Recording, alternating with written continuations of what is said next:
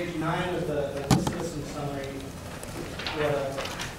sort of a visual representation of how cost burden breaks out for Olympia's households. On the left are owner-occupied households, and on the right are renter households. You can see pretty clearly that for renters, households that are cost burdened are, very low or extremely low income predominantly. Whereas for owners, you see a number of owner households who are, above 80% of median income, or even, Olympia's highest earning households who are cost burdened. To some extent out of the right choice, or as an investment, or for other reasons. But I think it really shows, in response to your question, there would be considerable market demand for affordable multifamily housing, but the extent to which there's a lot of market demand for market housing with price above $500, $600, $700, $800 a month. Most of the people who would potentially need that housing would not be able to afford it. That's what the private developers say.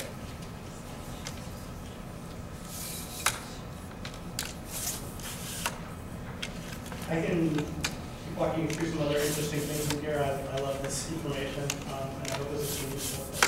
Well, just one comment. I love the graph.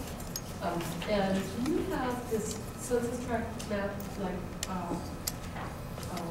what was previously asked about by median income? Yeah, we do, but that data is from the 2000 census. We don't have that updated for the 2006-8 data. Is it in one of these documents? It is. I'm not sure which page. Oh, here we go. My copy is on page 4, so we do 3 or 4. It's in the geographic basis of adaptation. On the strategic plan document? Yes, yeah. And that's just for something I want to look up. Thank you very much. And it's oh, here we go. Page. I'm not staying here. For arts. And so the shading shows the density of households who are below 80% median income. Yeah, but you got all your hair. It doesn't matter. And it's actually, again, this is how it's produced, and it's paradoxically, the darker actually is fewer households who are below 80%, and the lighter is households.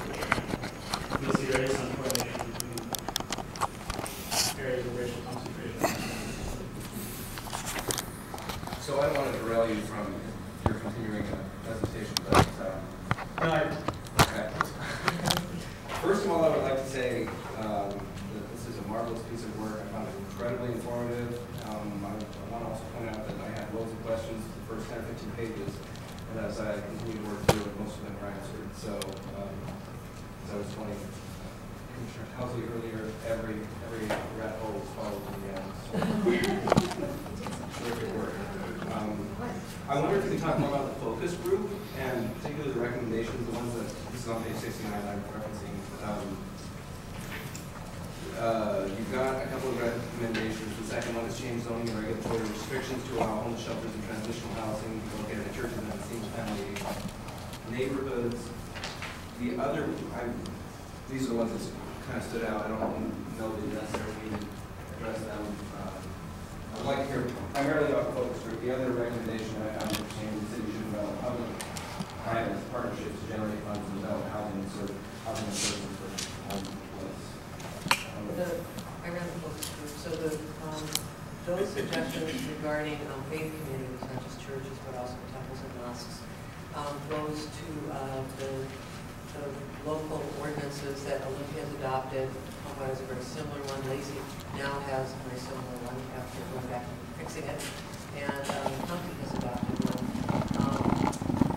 Fairly complicated, as you are familiar with. They require a certain occupancy in a homeless camp can be accommodated for a 3-month rotation through our conditional use permit process.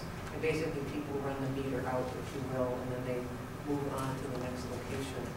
And there is concern from the faith communities that that's extremely burdensome, and if local zoning ordinances could be changed to allow longer terms of occupancy, a larger number of people to be accommodated inside churches and outside churches.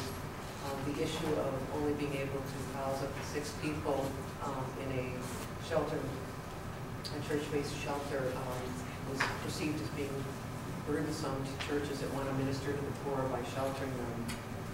So that's where that focus group item came from.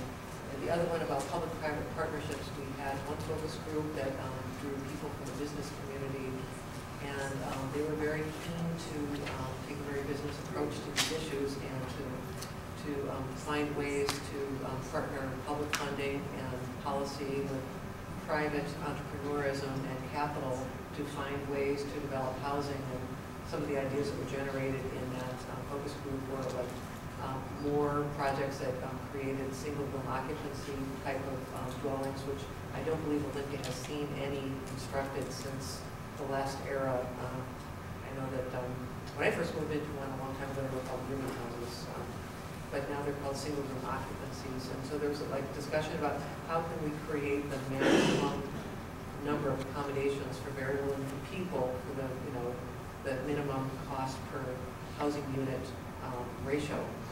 So it was that sort of business approach to how we can make these dollars go as far as possible and frankly get as many people off the street as possible. Do you feel like there are things that we can do in the comprehensive plan to assist any of these recommendations, other recommendations that have been pointed out elsewhere in this work? Well, after some discussion with my boss, Mr. Criddle, and our planning director, Todd Stam, we looked at the existing ordinances and incentives that we have, and I'm flipping through. I apologize, I'm covering a lot of turf tonight. Here we go.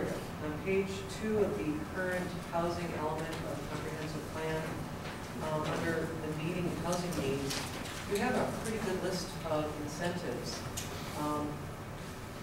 They include things that I would consider to be very effective, although I don't know how many new projects we have, and maybe that's the market that's stalling these efforts, but small multiplexes, large multifamily housing units, mixed use, single room occupancy housing, homeless facilities, specialties housing, transitional housing, manufactured housing, low income and subsidized housing, the accessory dwelling unit.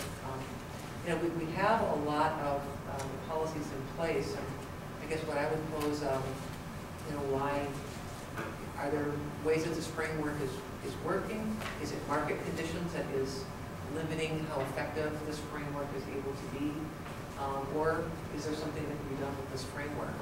But you have all of the currently acceptable and best practice zoning policies in place.